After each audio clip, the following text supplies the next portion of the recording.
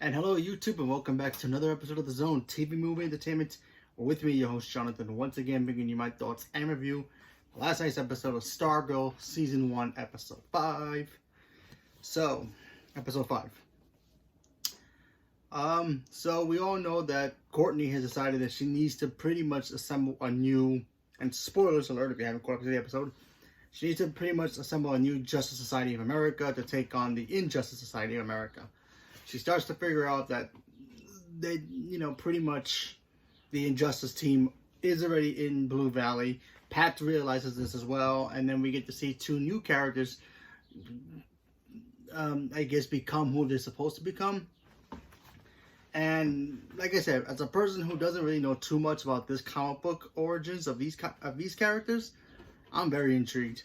First of all, we got to meet Dr. Midnight, which got played by Beth, I believe her name is, and she's this normal girl, kind of a little awkward, I guess. She sits on the table alone with Courtney and all the other, I guess, outcast people, because they're not popular enough, or they done something that the other kids decided that, like, yeah, these guys are weirdos. Let them be on their own table. You know how high school is back in those days where they just bully the people. Oh yeah, you belong in a certain category.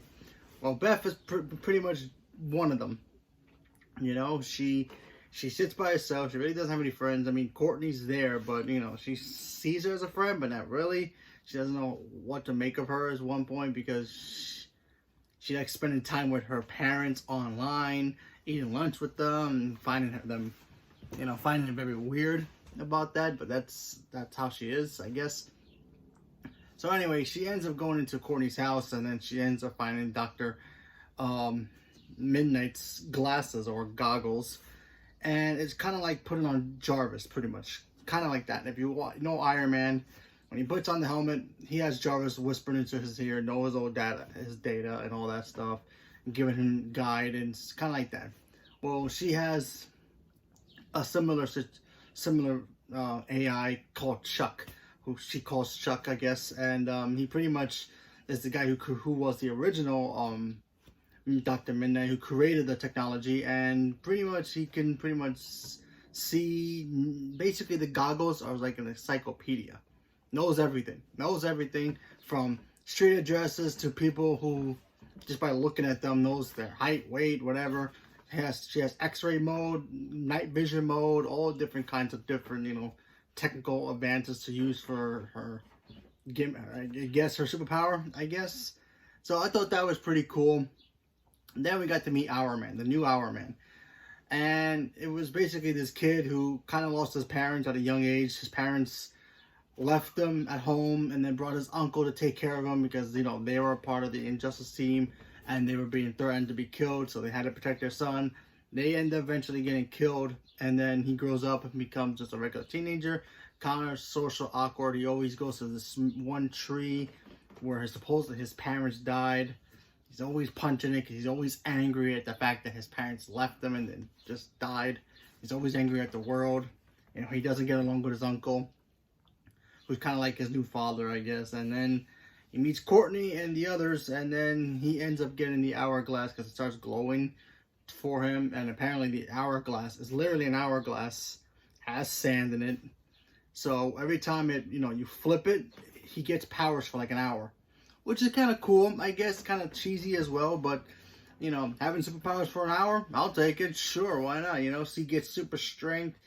And at the moment he gets the hourglass, he starts to realize, oh wait, now I have powers.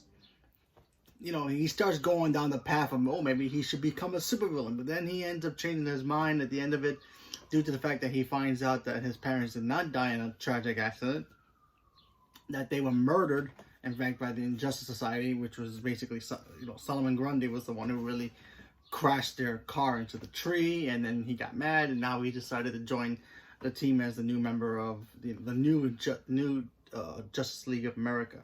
So now we have Wildcat, our Man, Stargirl, and now we have Dr. Midnight, which is very cool, very interesting, and of course Stripes as well.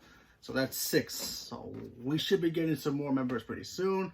I'm not sure if we're gonna get a Green Lantern. I mean, they do have the Green Lantern battery there, so hard to say because in the original Green Lantern comic, Guy Gardner was the original Green Lantern, and he was a Justice League Society of America member. And I don't know how if he works the same way as the Green Lantern Corps as of today, the ones we know from today. But I knew he's the Green Lantern that they showed in the Lantern, I guess, in this show. It belonged to the original Green Lantern. When Green Lantern was first developed, he was just a regular guy. He had a mask, he had the cape, he had the Green Lantern ring, but it wasn't kind of like I don't remember if it was kind of like the same as the ring is today from the DC comic book world, or because I think it came out in the 60s. Could be wrong about that. Maybe even the 40s. I'm not even sure. But the original Green Lantern was an old character, and then they modified it to the Green Lantern that we know today. John Stewart, Hal Jordan, all those guys. So it's going to be interesting to see if we're going to get a Green Lantern in this, but who knows? But we do know for a fact that all this Stargirl show is the new Earth 2 of the DC Arrowverse universe. So, excuse me, that's cool. I enjoy it. I'm really liking the show a lot, I gotta be honest with you. And then we get to meet the mind bad guy that Courtney fought in the beginning.